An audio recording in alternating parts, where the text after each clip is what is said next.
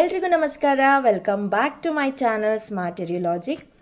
ಇವತ್ತಿನ ವಿಡಿಯೋ 6ನೇ ತರಗತಿಯ ಗಣಿತ ಮಾದರಿ ಪ್ರಶ್ನೆ ಪತ್ರಿಕೆ 2026 ಕೀ ಆನ್ಸರ್ ಸಮೇತ ಇದರಲ್ಲಿ ಎಕ್ಸ್ಪ್ಲೇನ್ ಮಾಡಿದ್ದೀನಿ.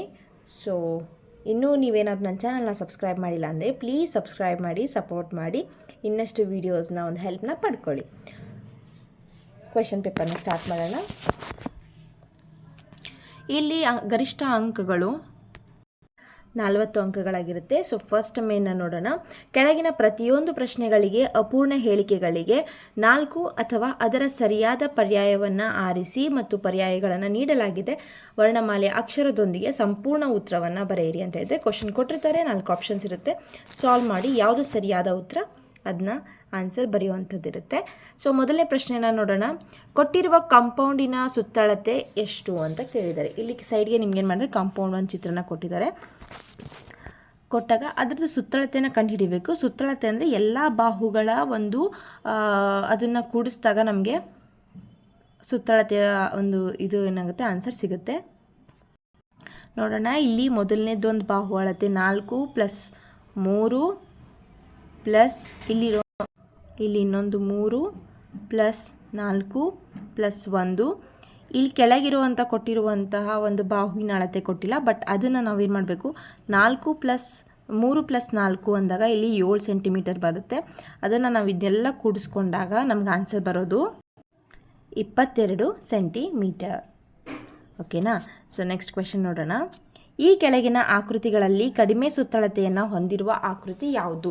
ಚಿತ್ರ 1 ಅಥವಾ ಚಿತ್ರ 2, ಇವೆರಡು ಆಕೃತಿಗಳಲ್ಲಿ ಯಾವುದು ಕಡಿಮೆ ಸುತ್ತಳತೆಯನ್ನು ಹೊಂದಿದೆ ಅಂತ ಹೇಳಬೇಕು. ಇಲ್ಲಿ ಮೊದಲನೇ ಚಿತ್ರ ವರ್ಗ ಆಗಿರೋದ್ರಿಂದ ವರ್ಗದ ಸುತ್ತಳತೆ ಬಂದು ನಮಗೆ 24 ಸೆಂಟಿಮೀಟರ್ ಇರುತ್ತೆ. ಹಾಗೆ ಯಾವುದು ಆಯತದ ಒಂದು ಸುತ್ತಳತೆನ ನೀವು ಕಂಡು ಹಿಡ್ಕೊಂಡಾಗ ನಿಮಗೆ ಬರೋದಂತ ಎಷ್ಟು 18 ಸೆಂಟಿಮೀಟರ್. ಸೊ ಇದರಲ್ಲಿ ಕಡಿಮೆ ಒಂದು ಸುತ್ತಳತೆನ ಹೊಂದಿರೋದು ಆಯತ. ಸೊ ಅದಕ್ಕೆ ಆನ್ಸರ್ ಇಲ್ಲಿ ಕೊಟ್ಟಿರೋದು ಆಪ್ಷನ್ನು ಚಿತ್ರ 1, ಬಿ ಚಿತ್ರ 2, ಸಿ 2 ಸಮನಾಗಿವೆ, ಡಿ 2 ಸಮ ಇಲ್ಲ. ಸೊ ನಮ್ಗೆ ಆನ್ಸರ್ ಬಂದು ಯಾವುದು ಅಂದರೆ ಚಿತ್ರ 2 ಕಡಿಮೆ ಸುತ್ತಳತೆಯನ್ನು ಹೊಂದಿದೆ. ನೆಕ್ಸ್ಟ್ ಪ್ರಶ್ನೆ. ಸೂಕ್ತ ಚಿಹ್ನೆಯನ್ನು ಬಳಸಿ ಅಂತ ಇದೆ. ಕೊಟ್ಟಿರುವಂಥ ನಂಬರಲ್ಲಿ ಯಾವುದು ದೊಡ್ಡದು ಯಾವುದು ಸಣ್ಣದು ಅಂತ ನೋಡಬೇಕು. 1ನೇದು 17/10 ಅಂತದೆ. ಇಲ್ಲಿ 2ನೇದು ಕೂಡ 12/10 ಅಂತ ಇದೆ. ಇದರಲ್ಲಿ ಯಾವುದು ಯಾವ ಅಂಕಿನ ದೊಡ್ಡದು ಸಣ್ಣದು ಅಥವಾ ಎರಡು ಸಮನಾಗಿದೆಯಾ ಅಂತ ನೋಡಿ ಚಿಹ್ನೆನ ಹಾಕಬೇಕು. ಇಲ್ಲಿ ಅಂಶ 17 ಇರೋದ್ರಿಂದ ದೊಡ್ಡ ಸಂಖ್ಯೆ 10ನೇಯ 17. ಸೊ ಆನ್ಸರ್ ಆಪ್ಷನ್ ಎ ಆಗಿರುತ್ತೆ. ಇಲ್ಲಿ ನಿಮಗೆ 10 ಅನ್ನೋದು ಕೊಟ್ಟಿಲ್ಲ. ಓಕೆ. Next question. ಕೋನವನ್ನು ಅಳೆಯಲು ಬಳಸುವ ಸಾಧನ ಯಾವುದು? ಕೋನವನ್ನು ಅಳೆಯಲು ಬಳಸುವ ಸಾಧನ. ಎಸ್, ಸರಿಯಾದ ಆನ್ಸರ್ ಸಿ, ಕೋನಮಾಪಕ. ಮುಂದಿನ ಪ್ರಶ್ನೆ. ಬಿಟ್ಟ ಸ್ಥಳ ತುಂಬಿರಿ. ಒಂದು ಸಮಬಾಹು ತ್ರಿಭುಜದಲ್ಲಿರುವ ರೇಖಾ ಸಮಮಿತಿಗಳ ಸಂಖ್ಯೆ ಎಷ್ಟು? ರೇಖಾ ಸಮಮಿತಿ ಅಂದರೆ ಒಂದು ಸಮಬಾಹು ಅಂದರೆ ಎಲ್ಲ ಬಾಹುಗಳು ಸಮನಾಗಿರುವಂತಹ ತ್ರಿಭುಜದಲ್ಲಿ ಎಷ್ಟು ರೇಖಾ ಸಮಮಿತಿ? ಎಸ್, ಆನ್ಸರ್ ಎಷ್ಟು? ಆನ್ಸರ್ 3 ರೇಖಾ ಸಮಮಿತಿಗಳು. -1ರ ಸಂಕಲನ ವಿಲೋಮ ಎಷ್ಟು? +1. ಒಂದು ಚೌಕಾಕೃತಿಯ ಸುತ್ತಳತೆ 64 ಸೆಂಟಿಮೀಟರ್ ಆದರೆ ಅದರ ವಿಸ್ತೀರ್ಣ ಎಷ್ಟು? ಅಂದರೆ ಇಲ್ಲಿ ಪೂರ್ತಿ ಒಂದು ಚೌಕದ ಒಂದು ಸುತ್ತಳತೆ 64 ಸೆಂಟಿಮೀಟರ್ ಅಂತ ಕೇಳಿದ್ದಾರೆ. ಅದನ್ನು ನಾವು ಸೂತ್ರ ಹಾಕಿ ಒಂದು ಬಾಹುವಿನ ಅಳತೆನ ನಾವು ಕಂಡು ಹಿಡಿದ್ರೆ ಎಷ್ಟು ಬರುತ್ತೆ? 16 ಬರುತ್ತೆ. 16 16 16 16. ಈಗ ನಾವು ಇದರ ವಿಸ್ತೀರ್ಣ ಕಂಡು ಹಿಡಿಬೇಕಂದ್ರೆ ಬಾಹು ಇಂಟು ಬಾಹು ಅಂತ ಮಾಡಿದಾಗ 16 × 16 ಅಂತ ನೋಡಿದಾಗ ಆನ್ಸರ್ ಬರೋದೆಷ್ಟು? 256 ಸ್ಕ್ವೇರ್ ಸೆಂಟಿಮೀಟರ್.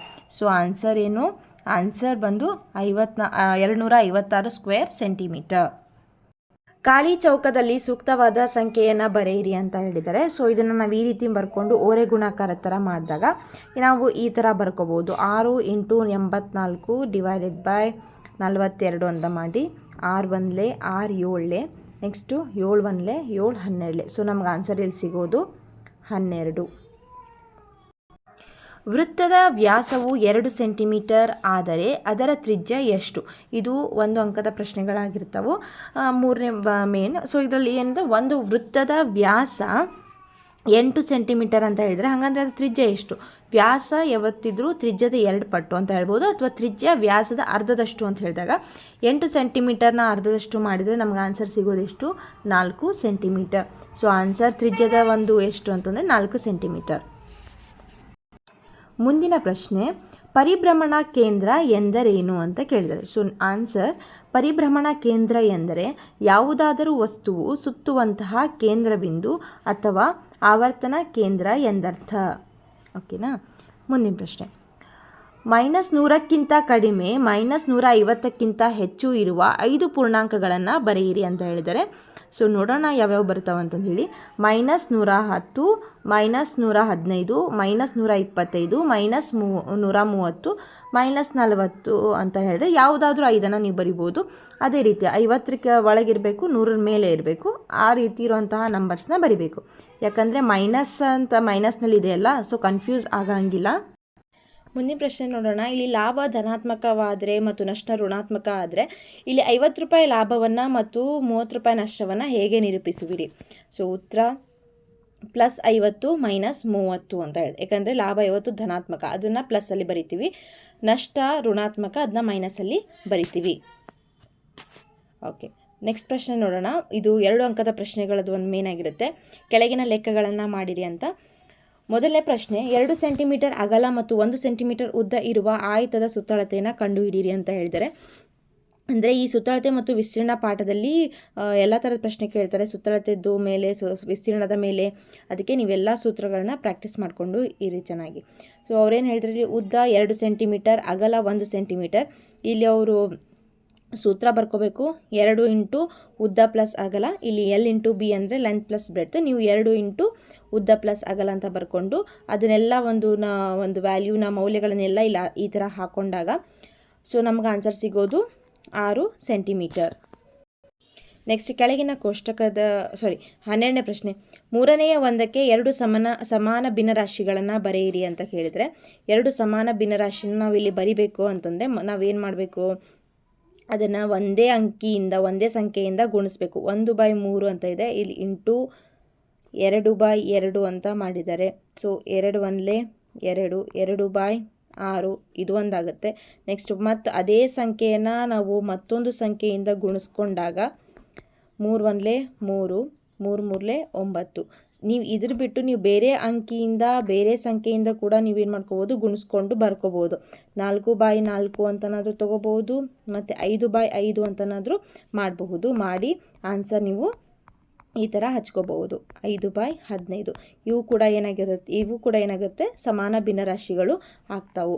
ಸೊ ಅವ್ರ ಪ್ರಶ್ನೆ ಕೇಳಿರೋದೇನಿಲ್ಲಿ 2 ಸಮಾನ ಭಿನ್ನರಾಶಿ ಅಂತ ಕೇಳಿದೆ. ಸೊ ನೀವು ಯಾವುದಾದ್ರೂ 2 ಸಮಾನ ಭಿನ್ನರಾಶಿಯನ್ನು ಮಾಡಿ ಬರಿಬಹುದು. ಮುಂದಿನ ಪ್ರಶ್ನೆ, ಕೆಳಗಿನ ಕೋಷ್ಟಕದಲ್ಲಿ ಬಿಟ್ಟು ಹೋಗಿರುವ ಅಳತೆಗಳನ್ನು ಬರೆಯಿರಿ ಅಂತ ಹೇಳಿದರೆ. ಇಲ್ಲಿ ಉದ್ದ ಅಗಲ ಆಯತದ ವಿಸ್ತೀರ್ಣವನ್ನು ಕೇಳಿದ್ದಾರೆ. ಇಲ್ಲಿ ಉದ್ದ ಕೊಟ್ಟಿದ್ದಾರೆ, ವಿಸ್ತೀರ್ಣ ಕೊಟ್ಟಿದ್ದಾರೆ. ನೀವು ಅಗಲವನ್ನು ಕಂಡುಹಿಡಿಬೇಕು. ಸೊ ಆನ್ಸರ್ ನೀವು ಅದನ್ನ ಮಾಡ್ಕೊಂಡು ಹೋದಾಗ ಆಯತದ ವಿಸ್ತೀರ್ಣ ಉದ್ದ ಇಂಟು ಅಗಲ ಹಾಕೊಂಡಾಗ ಮೊದಲನೇದಕ್ಕೆ ಆನ್ಸರ್ 150 ಸ್ಕ್ವೇರ್ ಸೆಂಟಿಮೀಟರ್ ಬರುತ್ತೆ, ಎರಡನೇದಕ್ಕೆ 11 ಸೆಂಟಿಮೀಟರ್ ಬರುತ್ತೆ. ಇದು 2 ಅಂಕದ ಪ್ರಶ್ನೆ. ಮುಂದಿನ ಪ್ರಶ್ನೆ ನೋಡೋಣ. ಕೆಳಗಿನ ಭಿನ್ನರಾಶಿಗಳನ್ನು ಬ್ರಹ್ಮಗುಪ್ತನ ವಿಧಾನದಿಂದ ಸಂಕಲನ ಮಾಡಿರಿ. 3ನೇಯ 1 ಮತ್ತು 5ನೇಯ 3. ಇಲ್ಲಿ ಅವ್ರೇನು ಮಾಡಿದ್ದಾರೆ, 3 ಲಸ ತಗೋಬೇಕು. ಲಸ ತಗೊಂಡಾಗ ಲಸ ಎಷ್ಟು ಬರುತ್ತೆ? 15 ಬರುತ್ತೆ. 15 ಬಂದು ಅದನ್ನು ನಾವೆಲ್ಲ ಪ್ರಶ್ನೆ ಸಾಲ್ವ್ ಮಾಡ್ಕೊಂಡು ಹೋದಾಗ ಲಾಸ್ಟಿಗೆ ಕೊನೆಗೆ ಆನ್ಸರ್ 15/15 ಅಂತ ಬರುತ್ತೆ. ಸೊ ಆನ್ಸರ್ 1 ಅಂತನೂ ಬರಿಬಹುದು, 15/15 ಅಂತನಾದರೂ ಬರಿಬಹುದು. ಮುಂದಿನ ಪ್ರಶ್ನೆ, ಬಾಹುವಿನ ಉದ್ದ AB = 3 ಸೆಂಟಿಮೀಟರ್ ಮತ್ತು ಕರ್ಣ AC = 5 ಸೆಂಟಿಮೀಟರ್ ಇರುವ ABCD ಆಯತವನ್ನು ರಚಿಸಿ. ಇದೊಂದು ಕ್ವೆಶನ್ ಹಾರಿಸಿದೆ ನಾನು. 12ನೇ 5 ಮತ್ತು 84ನೇ 30 ಭಿನ್ನರಾಶಿಗಳು ಸಮಾನ ಭಿನ್ನರಾಶಿಗಳೇ ಎಂದು ಪರಿಶೀಲಿಸಿ ಅಂತ ಕೇಳಿದ್ದಾರೆ. ಸೊ ಇಲ್ಲಿ ನಾವು ನೋಡಿದಾಗ ಅವನು ಎರಡೂ ನಾವು ಒಂದು ಸರಳ ರೂಪಕ್ಕೆ ತಂದಾಗ ಇಲ್ಲಿ 5/12 ಒಂದೇನು ಸರಳ ರೂಪದಲ್ಲಿದೆ. 30/84 ಸರಳ ರೂಪಕ್ಕೆ ತೊಗೊಂಡು ಬಂದಾಗ ಅದು ಆನ್ಸರ್ ಎಷ್ಟು ಬರುತ್ತೆ? ಇಲ್ಲಿ 3/3ರಿಂದ ಗುಣಿಸ್ಬೇಕು. ಇದು ತಪ್ಪು ಕೊಟ್ಟಿದ್ದಾರೆ ಇಲ್ಲಿ. ಅದು 10/28 ಬರುತ್ತೆ. ಸೊ ಅದು ಸಮಾನ ಭಿನ್ನರಾಶಿಗಳು ಅಲ್ಲ ಅಂತ ಹೇಳಬೇಕು. ನೆಕ್ಸ್ಟ್ ಪ್ರಶ್ನೆ, ಸೊ ಅದು ಆಯತವನ್ನು ರಚಿಸಿ ಅಂತ ಹೇಳಿದ್ದಾರೆ. ಸೊ ಆಯತವನ್ನು ರಚಿಸಿದಾಗ ಈ ರೀತಿ ಬರುತ್ತೆ. ಅಂದರೆ AB = 3 ಸೆಂಟಿಮೀಟರ್. ನೀವು ಇಲ್ಲೆಲ್ಲ ಕಡೆ ಏನು ಮಾಡಬೇಕು, ABCD ಅಂತ ಕರೆಕ್ಟೆಲ್ಲ ಹಾಕಿ ಅಕ್ಷರಗಳನ್ನ ಕೊಟ್ಟು AB 3 ಸೆಂಟಿಮೀಟರ್ ಇರೋ ಉದ್ದನ ಬಿಡಿಸಿ, ಅದಕ್ಕೆ ಕರ್ಣ ಇಲ್ಲೊಂದು ಏನು ಮಾಡಬೇಕು, ಎಷ್ಟು ಕೇಳಿದ್ದಾರೆ, 5 ಸೆಂಟಿಮೀಟರ್ ಇರುವಂಥ ಒಂದು ಕರ್ಣವನ್ನು ಬಿಡಿಸಿ ಅಂತ ಹೇಳಿದ್ದಾರೆ. ಈ ಥರ ಬಿಡಿಸಿ ನೀವು ರಚಿಸಬೇಕಾಗತ್ತೆ. ಇಲ್ಲಿ 90 ಸೆಂಟಿಮೀಟರ್ ಕೋನದಿಂದ ಅಳತಿನ ತೊಗೊಂಡು ಫಸ್ಟ್ ಅದನ್ನು ಮಾಡಿಕೊಂಡು ಇಲ್ಲಿಂದ ಒಂದು ಆರ್ಕ್ನ ಈ ಥರ ತೊಗೊಂಡು ಎಲ್ಲ ಮಾಡಿ ನೀವು ಆಯತವನ್ನು ರಚಿಸಬೇಕು. ಒಂದು ಆಯತ ರಚಿಸೋದಾಗಲಿ ಅಥವಾ ಚೌಕಗಳನ್ನ ರಚಿಸೋದಾಗಲಿ ಒಂದು ಪ್ರಶ್ನೆನ ಇಲ್ಲಿ ಖಂಡಿತವಾಗಿ ಕೇಳಬಹುದು ಅಂತ ಅನಿಸ್ತಾ ಇದೆ. ಮುಂದಿನ ಪ್ರಶ್ನೆ, ಈ ಚಿತ್ರಗಳಿಗೆ ರೇಖಾ ಸಮಮಿತಿ ಅಕ್ಷಗಳನ್ನು ಬರೆಯಿರಿ, ಎಳೆಯಿರಿ ಅಂತ ಹೇಳಿದ್ದಾರೆ. ಈ ಥರ ಕರೆಕ್ಟಾಗಿ ಒಂದು ಲೈನನ್ನು ಹಾಕಬೇಕಾಗತ್ತೆ. ಇವ್ರು ಕೊಟ್ಟಿರುವಂಥ ಚಿತ್ರಕ್ಕೆ ನೀವು ಒಂದು ಸತಿ ಬಿಡಿಸಿ ಹಿಂಗೆ ಸರಿಯಾಗಿ ನೀವು ರೇಖಾ ಸಮಮಿತಿ ಅಕ್ಷವನ್ನು ಬಿಡಿಸ್ಬೇಕು. ಮುಂದಿನ ಪ್ರಶ್ನೆ, ಓಕೆ, ಈ ಕೆಳಗಿನ ಹೇಳಿಕೆಗಳು ಸರಿಯಾಗಿವೆ ಎಂಬುದನ್ನು ಪರೀಕ್ಷಿಸಿ. 4 ಪ್ಲಸ್ ಇಲ್ಲಿ flower bracket 90 plus bracket -11 bracket close = ಬ್ರ್ಯಾಕೆಟಲ್ಲಿ 34 plus 90 plus -11 ಅಂತ ಕೇಳಿದರೆ ಇದನ್ನು ಯಾವ ರೀತಿ ಮಾಡಬೇಕು, ಇದರ ಅರ್ಥ ಏನಾಗುತ್ತೆ, ಇದರ ಆನ್ಸರ್ ಸರಿಯಾಗಿದೆ ಅಂತ ಅವ್ರು ಹೇಳಿದ್ದಾರೆ. ಬಟ್ ಇದು ಅವರ ಹೇಳಿಕೆ ಸರಿಯಾಗಿದೆನಾ ಇಲ್ವಾ ಅಂತಂದು ಹೇಳಿ ಚೆಕ್ ಮಾಡಬೇಕು. ಅದಕ್ಕೆ ಈ ರೀತಿಯ ಒಂದು ಲೆಕ್ಕನ ನಾವು ಮಾಡಬೇಕಾಗತ್ತೆ. ಮೊದಲು ಈ ಬ್ರ್ಯಾಕೆಟಲ್ಲಿ ಇರುವಂತಹ ಒಂದು ಸಂಖ್ಯೆಗಳನ್ನ ಸಾಲ್ವ್ ಮಾಡಿಕೊಂಡಾಗ 79 ಪ್ಲಸ್ 4 ಅಂತ ಬಂದು 113 ಆಗುತ್ತೆ. ಸೊ ಇದನ್ನು ಸಾಲ್ವ್ ಮಾಡಿದಾಗ ಆನ್ಸರ್ ಎಷ್ಟು ಬಂತು, ಇದ್ರದ್ದು ಆನ್ಸರ್ ಬಂದು 83, ಈ ಕಡೆದ ಆನ್ಸರ್ ಬಂದು 113. ಸೊ ಆ ಎರಡೂ ಆನ್ಸರ್ ಈಕ್ವಲ್ ಇಲ್ಲ. ಸೊ ಈ ಹೇಳಿಕೆ ತಪ್ಪಾಗಿದೆ ಅಂತ ಹೇಳಿ ಬರುತ್ತೆ. ಮುಂದಿನ ಪ್ರಶ್ನೆ, ರೇಷ್ಮಾ ಮತ್ತು ಜಾನ್ನು ಮಾವಿನ ಹಣ್ಣುಗಳನ್ನು ಹಂಚಿಕೊಳ್ಳುತ್ತಿದ್ದರು. ರೇಷ್ಮಾ 2.2 ಮಾವಿನ ಹಣ್ಣುಗಳನ್ನು ಹಾಗೂ ಜಾನ್ 3.2 ಮಾವಿನ ಹಣ್ಣುಗಳನ್ನು ತಿಂದರು. ಹಾಗಾದರೆ ಅವರಿಬ್ಬರು ತಿಂದ ಒಟ್ಟು ಹಣ್ಣುಗಳ ಸಂಖ್ಯೆ ಎಷ್ಟು? ಅಂದರೆ ಇದನ್ನೇನು ಮಾಡಬೇಕು, ನಾವು ಕೂಡಿಸ್ಬೇಕಾಗತ್ತೆ. ಇಲ್ಲಿ ಮಿಶ್ರ ಭಿನ್ನರಾಶಿ ಇದ್ದದನ್ನು ವಿಷಮ ಭಿನ್ನರಾಶಿಗೆ ಪರಿವರ್ತನೆ ಮಾಡಿಕೊಂಡಾಗ 5/2 ಮತ್ತು 7/2 ಬಂತು. ಸೊ ಇಲ್ಲಿ ಯಾವುದೇ ಒಂದು ಛೇದದಲ್ಲಿ ಬೇರೆ ಅಂಕಿಗಳಿಲ್ಲ, ಇಲ್ಲೇನು ಲಸ ತಗೊಳ್ಳೋ ಅವಶ್ಯಕತೆ ಇಲ್ಲ. ಇವನ್ನೆರಡನ್ನೂ ಕೂಡಿಸಿದಾಗ ಈ ರೀತಿ 5/2 ಪ್ಲಸ್ 7/2 ಇವನ್ನೆರಡನ್ನೂ ಕೂಡಿಸಿದಾಗ ಆನ್ಸರ್ ಎಷ್ಟು ಬರುತ್ತೆ, 12/2 ಅಂತ ಬರುತ್ತೆ. ಈ ರೀತಿನಾದರೂ ಬರಿಬೋದು, ಅಥವಾ ನೀವು ಅದನ್ನು ಸಂಕ್ಷಿಪ್ತ ರೂಪದಲ್ಲಿ 6 ಅಂತಂದು ಹೇಳಿನಾದರೂ ಬರಿಬೋದು. ಮುಂದಿನ ಪ್ರಶ್ನೆ, ವರುಣ್ ಹಾಗೂ ರಾಧಾ ರಸಪ್ರಶ್ನೆ ಕಾರ್ಯಕ್ರಮದಲ್ಲಿ ಭಾಗವಹಿಸಿದರು. ವರುಣ್ ಮೊದಲನೇ ಸುತ್ತಿನಲ್ಲಿ 3 ಅಂಕ, ಎರಡನೇ ಸುತ್ತಿನಲ್ಲಿ 0 ಅಂಕ, ಮೂರನೇ ಸುತ್ತಿನಲ್ಲಿ 9 ಅಂಕಗಳನ್ನು ಗಳಿಸಿರುತ್ತಾನೆ. ರಾಧಾ ಆಯಾ ಸುತ್ತುಗಳಲ್ಲಿ 9, 0, 3 ಅಂಕಗಳನ್ನು ಗಳಿಸ್ತಾಳೆ. ಹಾಗಾದರೆ ಅವರಿಬ್ಬರಲ್ಲಿ ಅತಿ ಹೆಚ್ಚು ಅಂಕಗಳನ್ನು ಗಳಿಸಿದವರು ಯಾರು ಅಂತ ಕೇಳ್ತಾರೆ. ಸೊ ಇವರು ಒಂದು ಹಂತ ಸುತ್ತಿನಲ್ಲಿ ಎಷ್ಟೆಷ್ಟು ಅಂಕಗಳನ್ನ ಪಡ್ಕೊಂಡಿದ್ದಾರೆ ಅಂತ ಕೊಟ್ಟಿದ್ದಾರೆ ಇಲ್ಲಿ. ಸೊ ಇದನ್ನು ನೋಡಿದಾಗ ನಾವು ಒಟ್ಟು ವರುಣ್ ಗಳಿಸಿದ ಒಟ್ಟು ಅಂಕಗಳು ಎಷ್ಟು ಬಂತು ಅಂತ ಇಲ್ಲಿ ನೋಡಿದಾಗ ಅವನು ಗಳಿಸಿರೋ ಅಂಕ 12, ಅವಳು ಗಳಿಸಿರೋ ಅಂಕ 12 ಆಗಿರುತ್ತೆ. ಸೊ ಇಬ್ಬರೂ ಸಮಾನ ಅಂಕಗಳನ್ನು ಗಳಿಸಿದ್ದಾರೆ ಅಂತಂದು ಹೇಳಬಹುದು. ಮುಂದಿನ ಪ್ರಶ್ನೆ, ಇದು ಮುಂದಿನ ಮೇನ್ 4 ಅಂಕದ ಪ್ರಶ್ನೆ ಆಗಿರುತ್ತೆ. ಓಕೆನಾ, 4 ಮಾರ್ಕ್ಸಿಂದು. ಕೆಳಗೆ ಕೊಟ್ಟಿರುವ ಆಕೃತಿಯಂತೆ ಹೊರ ಚೌಕದ ಬಾಹು 6 ಸೆಂಟಿಮೀಟರ್ ಮತ್ತು ಪ್ರತಿಯೊಂದು ಚಿಕ್ಕ ಚೌಕದ ಬಾಹು 2 ಸೆಂಟಿಮೀಟರ್ ಇರುವಂತೆ ಒಂದು ಆಕೃತಿಯನ್ನು ರಚಿಸಿ ಅಂತ ಕೇಳಿದ್ದಾರೆ. ಅಂದರೆ ಅದೇ ರೀತಿ ನೀವೊಂದು ಈ ಥರ ರಚಿಸಿ ಅವ್ರಿಗೆ ಯಾವ ರೀತಿ ಒಂದು ಮಾರ್ಕ್ ಮಾಡಿದಾರಲ್ಲ ಆ ಥರ ಮಾಡಿದ್ರೆ ನಿಮಗಿಲ್ಲಿ 4 ಅಂಕ ಸಿಗುತ್ತೆ. ಇದನ್ನು ಸುಮ್ಮನೆ ಬಿಡಿಸೋದಲ್ಲ, ಸರಿಯಾಗಿ ಅಳತೆಗಳನ್ನು ತಗೊಂಡು ಕರೆಕ್ಟಾಗಿ ಬಿಡಿಸ್ಬೇಕಾಗತ್ತೆ.